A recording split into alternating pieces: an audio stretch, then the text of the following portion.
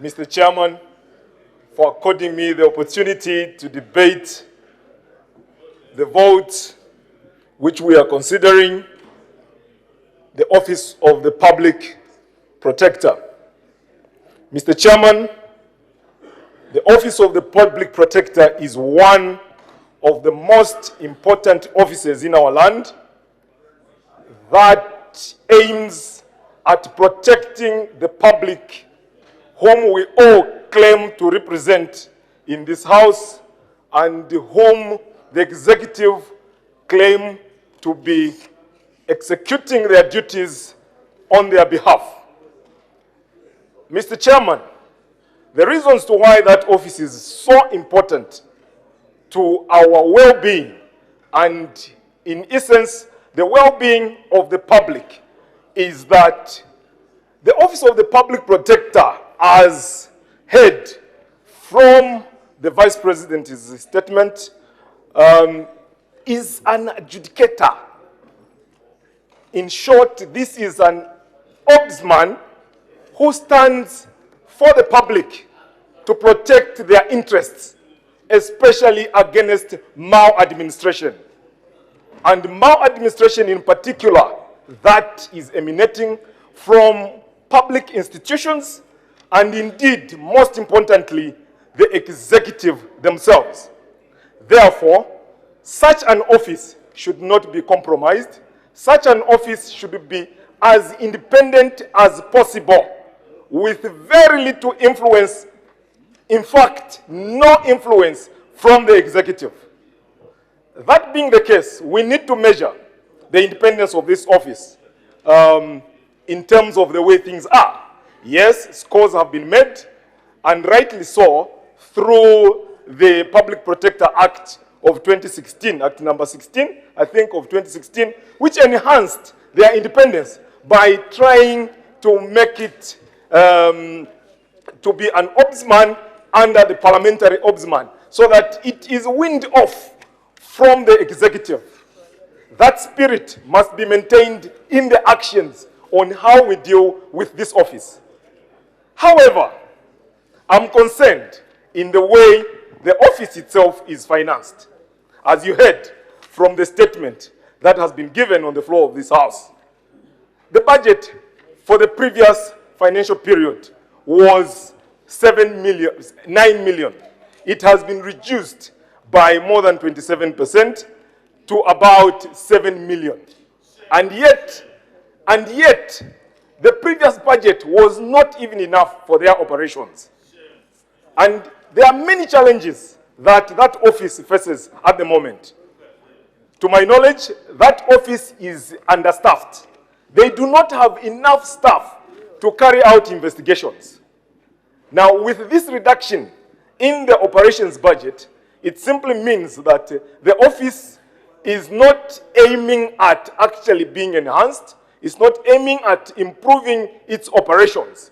It's neither stagnant, nor what I can say is actually there's something negating towards their operations, as you can see from the reduction in the budget. We see the need for this office to also be decentralized. The Public Protector's office is here in Lusaka. At the moment as we speak, this office is squatting somewhere, renting an office.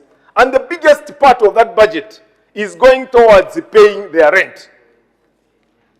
If we are serious about the Office of the Public Protector, we would actually have a building separate for an institution befitting its purpose.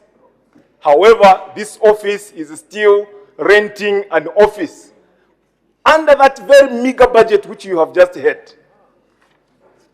Amidst the challenges of its operations, of little finances for its operations, especially the investigators, to reach out to the furthest places in Zambezi where there are complaints. For instance, if a constituent from my constituency in Zambezi has an issue, for instance, with their administration in the Ministry of Health, for instance, it would have to take somebody to travel all the way from Zambezi to come here in Lusaka to report such a case.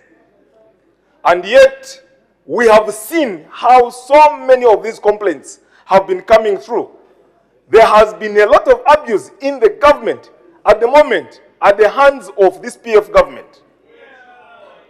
I'll cite several examples. Not too long ago, police officers were actually dismissed and retired in national interest for carrying out their duties very well in Sesheke by stopping PF thugs to attack people who were campaigning in that by-election. That is the kind of work the public protector is supposed to be doing. If those staff reported such matters to the Office of the Public Protector, the Office of the Public Protector is supposed to investigate such cases to the core and get evidence, and the public must be protected against such kind of political decisions. I'll cite other examples. People have been retired in national interest for simply belonging to certain regions and simply for their names. If you work at State House and people learned that your name suggests as in the name that is not preferred by the PF, they would actually retire you in national interest. And these are the kind of people the public protector is supposed to be protecting. Therefore, it is very clear, and that's the reason to why you are seeing this PF government reducing the budget for the public protector's office, because it doesn't make any sense to them. They are the very culprits which the Office of the Public Protector is supposed to be dealing with. I will not delve into so many issues. I've made my point. This Office of the Public Protector needs to be enhanced. As the laws sit now, it is actually well defined. But let it be as independent as enough, and let it have no boundaries. The biggest culprit that needs investigation much more often is the executive and the current executive of the PF. And in enhancing that Office of the Public Protector, the Public Protector's office needs to decentralize. We need offices in regional offices. If possible, we should go even up to the district so that this office is enhanced and that it achieves its purpose for which it was created by that piece of legislation. And in saying so, this is the warning I would want to sound to the PF government. Let that office operate independently and let it have security of tenure. If you interfere with that office as the way you are doing, so far through allocating a meager allocation of a budget towards that office, we will not achieve its intended purpose. And in any case, the public needs to be made aware of the existence of the Public Protector's office. In doing so, it means that there has to be a budget allocation for creating awareness of the existence of this office so that the public can make use of it. There are so many people who do not know, actually, the existence of the Office of the Public Protector. And this has to be enhanced. I have not seen any allocation in that budget for actually publicity or awareness creation so that the public is aware of this office and the services that are at their disposal to be utilized to protect they themselves, the public. And my appeal to the general public and the population of Zambia is, please talk more about this institution. It could just save someone, including saving their job. And the PF, please do not trivialize the importance of this institution. It stands there to protect the public, and let it be so as provided for by our laws in the country.